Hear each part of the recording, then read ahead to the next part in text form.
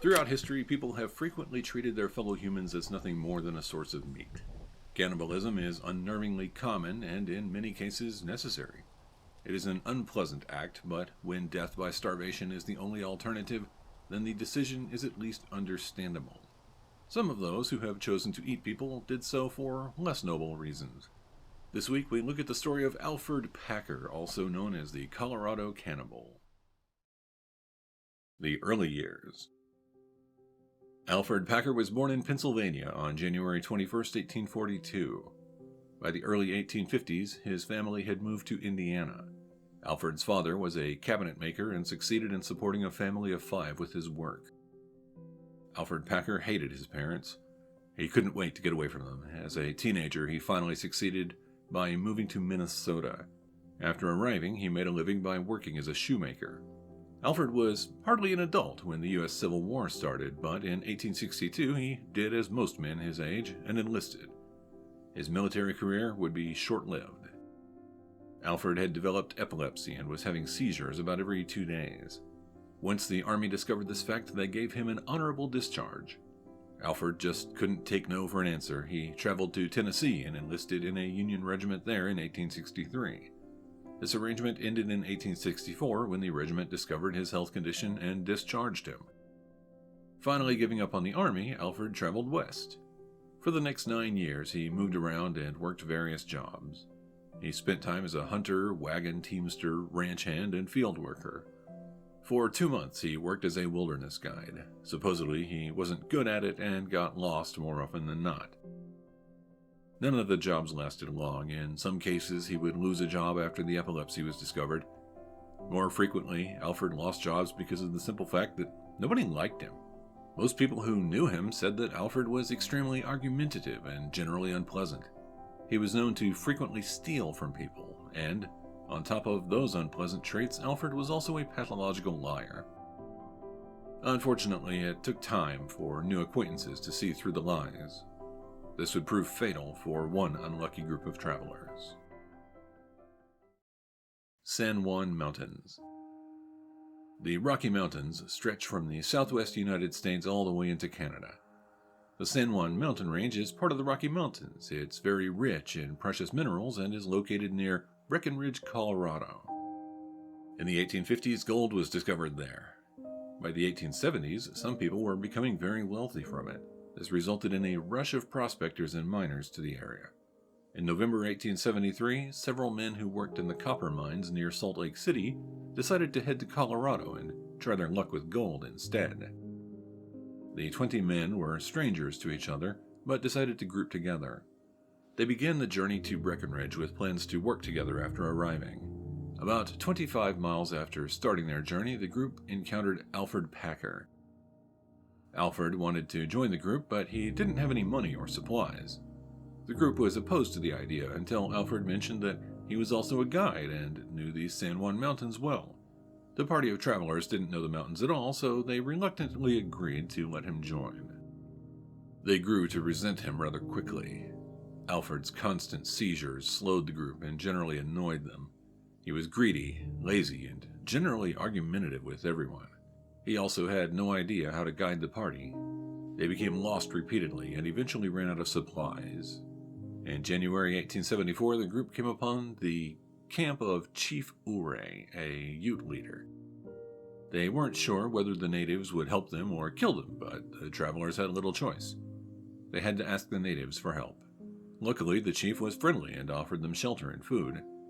He strongly suggested they wait until spring to travel. The winter weather was so harsh in the mountains that no Ute would attempt the journey the gold seekers were attempting. Some of the party decided to follow the chief's advice, but Alfred and 5 others wanted to continue immediately and were unwilling to wait for spring. Chief Ouray informed the group that if they insisted on traveling, then they should at least follow the river and not venture into the mountains. The journey was 75 miles and would take a minimum of 14 days. The men had few supplies, no snowshoes, and didn't have clothes that were warm enough for the mountain weather. Despite this, Alfred decided to abandon the river route and go into the mountains. For some unknown reason, the men followed him. What happened next isn't known for sure, but it wasn't good. The Arrival. The town of Sagachi, Colorado had a population of fewer than 500 people as recently as 2010, but in 1874 it was a crowded mining town. It was also near the Los Pinos Indian Agency. The agency was created by the government to give supplies to the Ute and teach them how to farm. In reality, it served to keep natives out of the way as white miners poured into what was formerly Ute territory. On the morning of April 16, 1874, the men who worked at the agency were eating breakfast in the mess hall. Suddenly the door opened. Alferd Packer stood before them. Instead of shoes, he had rags tied around his feet. He begged the men for food and shelter. The men quickly brought Alfred inside. They gave him food and several shots of whiskey. After some time, he began to tell the men what happened.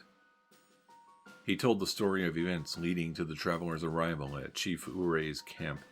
Then Alfred said the 5 men who wanted to travel to Breckenridge hired him as their guide.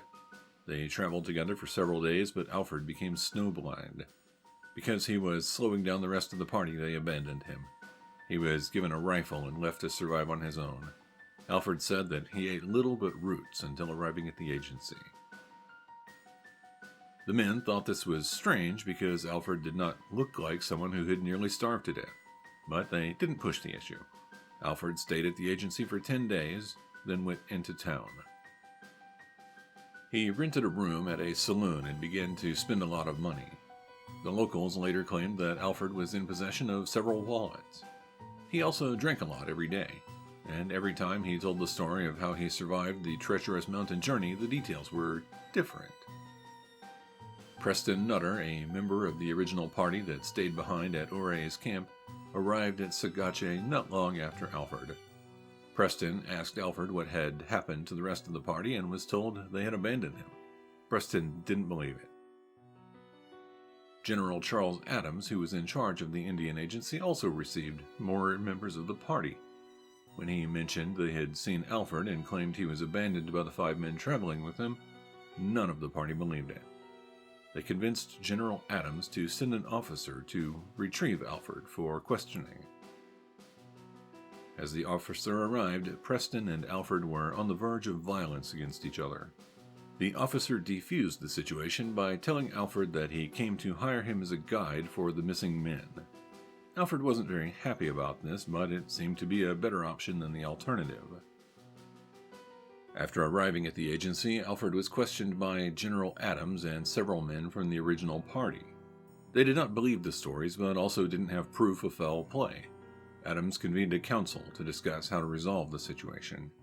Before they could start the meeting, 2 Ute tribesmen came into the building. They were holding pieces of dried human flesh. The tribesmen came upon it while hunting.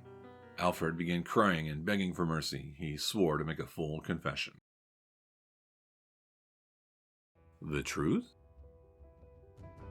Alfred told the council that he and the 5 men thought they had sufficient food after leaving the chief's camp, but the terrain was very difficult to traverse, and they ran out of food early in the journey. After several days without a substantial meal and being unable to find wild game, they were all very hungry. A few days later, Alfred left camp to gather firewood. When he returned, he found 4 men gathered around the body of a man named Israel Swan. He had been hit in the head with a hatchet and died instantly. The men, including Alfred, began butchering the body. The group traveled for a few more days, but again had no food and became hungry. This resulted in the other man, and not Alfred of course, killing yet another person. The remains were then consumed. This continued until the only 2 left were Alfred and a man named Shannon Bell.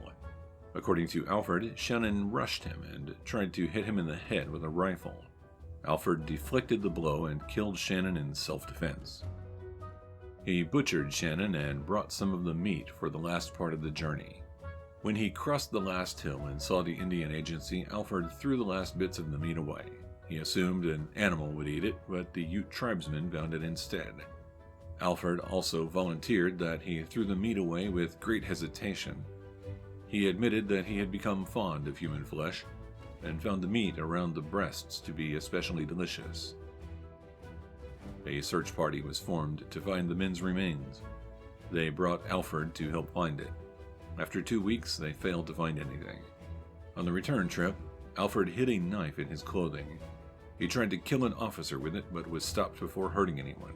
General Adams finally had enough and sent Alfred to Sagachi, where the sheriff would imprison him. Alfred had to be kept outside of town to prevent vigilantes from finding him.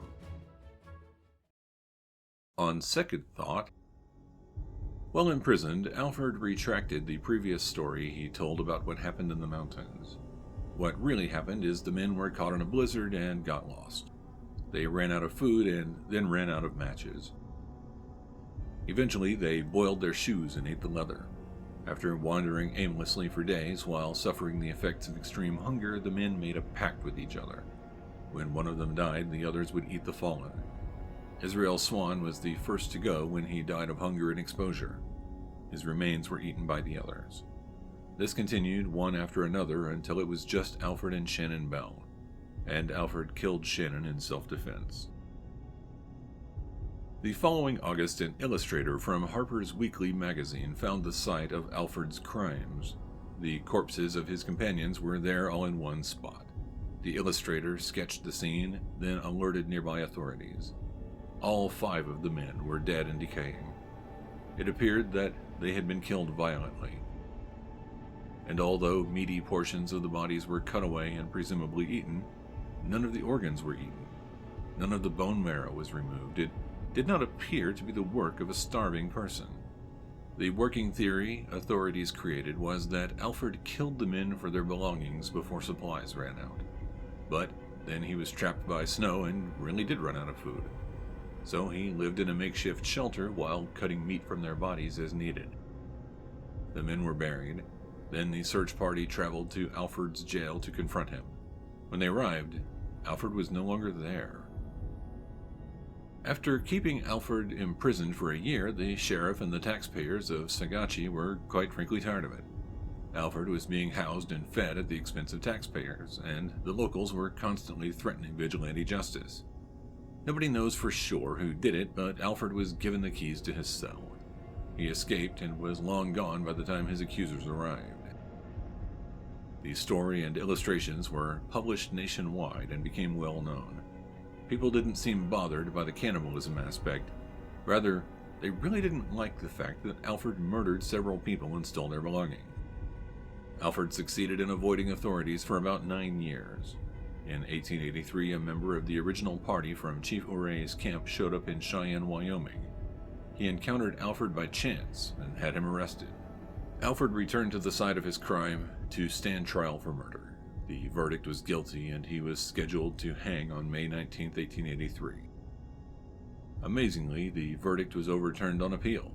A legal technicality made the trial and sentence invalid. There was a second trial. On June 8, 1886, Alfred was convicted of 5 counts of manslaughter. The sentence was 40 years. He was paroled on February 8, 1901, after serving 18 years. An enterprising reporter with the Denver Post used her skills to change public opinion about Alfred. The popularity of her stories was responsible for his eventual release. Alfred, after his release, worked as a guard at the Denver Post. Eventually, he worked as a ranch hand, too. He finally died on April 23, 1907, at the age of 65. The exact reason isn't known, but he may have died from a stroke. Alfred Packer was buried with full military honors. Legacy. It is rumored that before his death, Alfred became a vegetarian. Those that knew him after he left prison said that Alfred was full of stories to tell and was loved by children. He lived modestly and was known to be very charitable. In 1989, 115 years after Alfred murdered his companions, a law professor wanted the victims to be examined by modern forensics experts. The bodies were exhumed, and the original theory was confirmed. Alfred murdered the men to steal what they had, then ate them when food ran out. The memory of Alfred also lives on in academia.